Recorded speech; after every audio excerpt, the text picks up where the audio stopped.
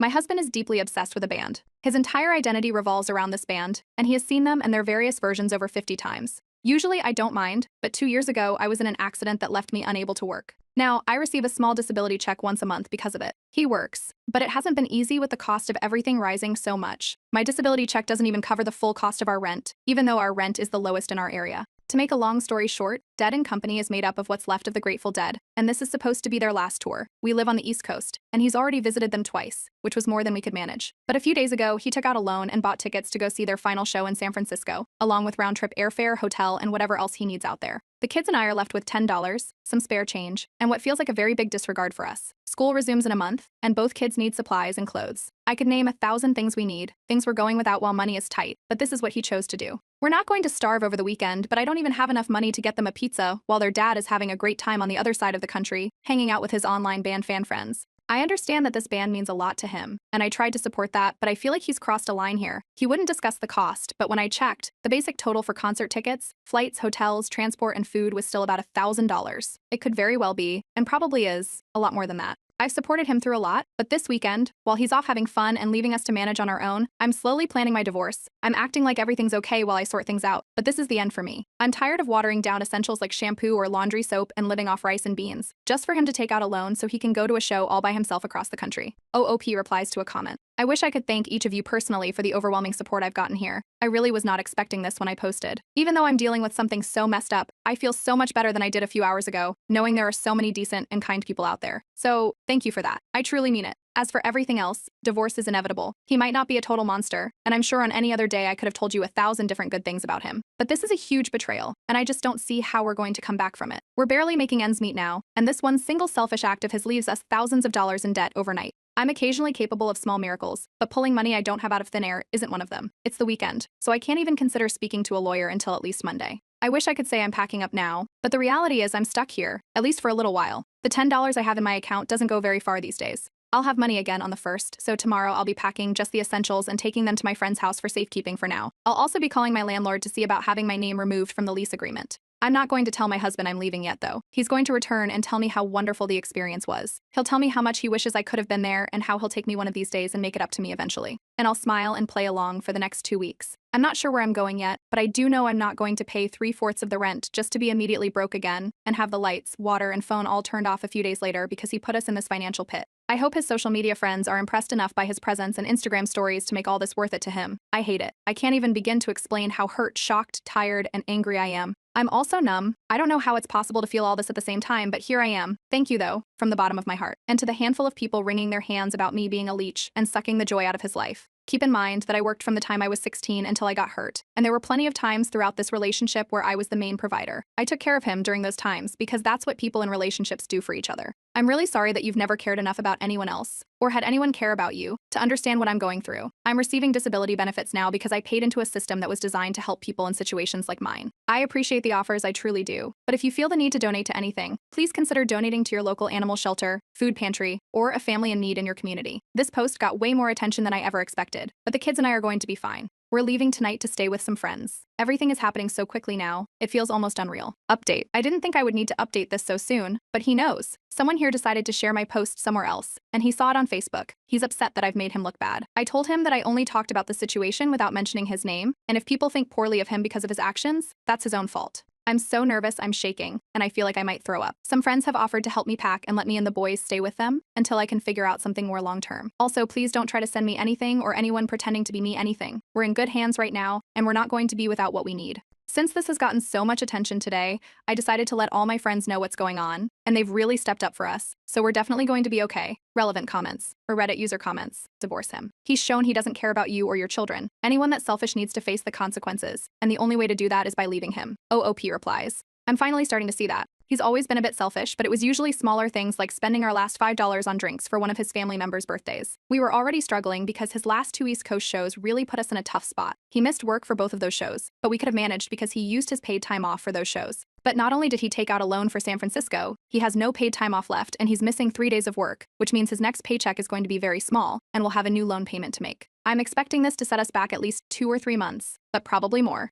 The children return to school in a month. The youngest had a huge growth spurt, and none of his clothes fit anymore. He has 1 pair of jeans, 2 pairs of shorts, and I think 5 shirts that still fit him. I have no idea how I'm going to handle this, but I'm tired of making all these sacrifices just so he can do whatever he wants. Another Reddit user comments, that's incredibly bad. He doesn't care if you and his children are short on food and essentials. If he's gotten this bad, who knows what he'll do in the future. And you said he's always been selfish. This goes beyond selfishness, and I agree with all the other comments about divorce. There's no coming back from this, at least in my opinion. I wouldn't be able to see him the same way again, and I'd be absolutely heartbroken. I'm sorry he did this. Don't let anyone downplay his actions. OOP replies, I keep going back and forth between heartbreak and anger. We've been together for almost 20 years, and I can't believe he would sink so low as to just leave us like that. Life feels so unreal right now. I have a doctor's appointment this week that I'm going to have to cancel first thing Monday morning because I don't have the money for it anymore. This is so messed up. It's 8 in the morning, and I didn't sleep at all last night, worrying about this stuff. I can't comprehend it. I'm filing for divorce tomorrow, but I'm in the middle of a lawsuit. Will either of these affect the other? Update 2. I was injured in a work-related accident that has severely impacted my ability to move,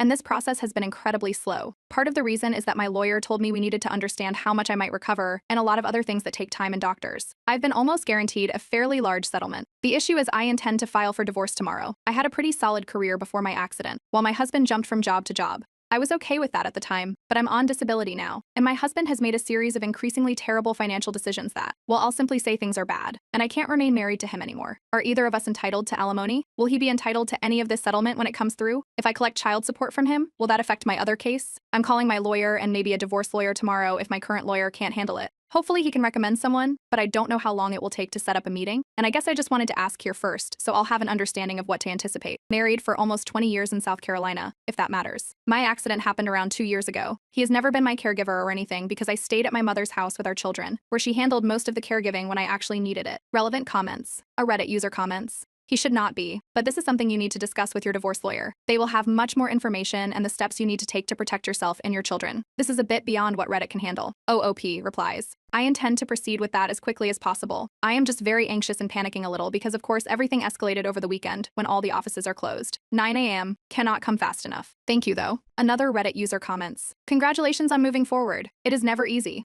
I believe that the settlement should be considered separate property if received after the legal separation date. When you file, you list community assets or debts and separate property or debts, which include things you had before the marriage and after the separation. I would think that since you do not have a judgment or payment yet, you should be entitled to that as separate property. OOP replies, thank you. It has been nerve-wracking and kind of frightening. When filing, you detail community assets and separate property or debts, including what you owned before the marriage and after the separation. This part scares me. A few days ago, I discovered he had taken out a loan for personal reasons. I don't know where it was or how much it cost. All I know is I did not receive a single penny of it. I tried to estimate how much he received based on his plans, but others have told me that number is likely way off. I am worried that he has done this before because although he earns decent money, we have been so broke and barely getting by. After bills and other expenses, he should have at least $500 left over every month, more if he has had any raises since starting, but we cannot even afford the basics anymore. So if it turns out he has been getting credit cards or other loans and owes a lot of money without my knowledge, am I responsible for that, even if I did not benefit from it in any way? Another Reddit user comments, unfortunately, the answer is most likely yes. Enroll in a credit monitoring service and check a credit report. Even better, create 2 accounts, one in his name. You will be able to see what loans and credit cards have been taken out, as well as account payment history and balances. And importantly, lock your credit so he cannot take out more cards or loans. You will have to lock it with all 3 credit score companies. New update. OOP has shared an update in the comments. Hey, this is my post. I could not sleep tonight, and I was up watching a Reddit reader for background noise when I saw my story. That was a really strange feeling, because it has literally been a year. I cannot believe anyone even remembered this. There is not much to tell, even though it has been so long. My soon-to-be ex found out because my original post made its way through several dead groups and pages on Facebook, TikTok, Twitter, and who knows where else, so he saw it almost immediately. I do not know if anyone actually realized it was him or not, but he is very active in those online communities. Seeing people criticize him, even if they did not realize it was him, hurt his ego. He deleted all of his social media because of it. Divorce is still ongoing. It turns out my husband had borrowed nearly $40,000, loans to settle other loans, and the reason we were so broke was that over half of his paycheck was going towards repaying them every week. He was lying to me about how much he earned so that he would not have to explain where it was all going. Also, he was participating in these gift exchanges and fundraisers and all kinds of things in his jam band groups, basically trying to act like he was some big deal. For birthdays, someone might post their Amazon wish list, and he would buy them 2 or 3 big items from it, or they would do Secret Santa, and he would go overboard. I guess he got addicted to the praise. I do not actually know, but he managed to ruin his life for online approval. And yes, he was completely counting on my settlement to pay it all back. Shocker, I know. I am still confused about how he managed to hide all of this from me. He lost our rented home almost immediately after I left because I was paying the majority of that. He lost his car because he had taken out a title pawn loan on it and could not afford the payments when I left. As for me, not much has changed.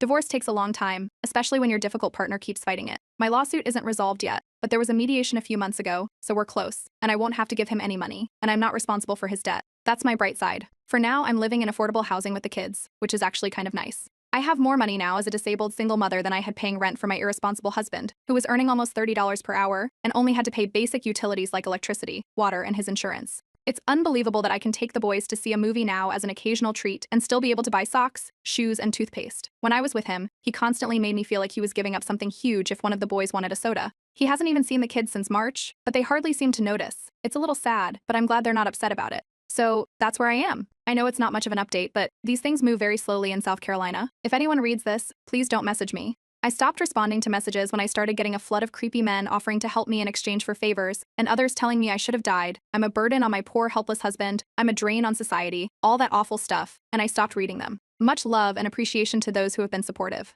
I cannot even understand what it must feel like going through something like this. You've been there for him, given so much, and then he just bolts, leaving you and the children in such a bind. It is as if he has ignored your toils and obligations as a family totally. You are dealing with this better than most people would by holding things together and making plans for your next move. But it's sad that it had to come to this point, especially after almost 2 decades together. I don't want anyone else to undergo the kind of abandonment like you did. May you find peace and stability quickly.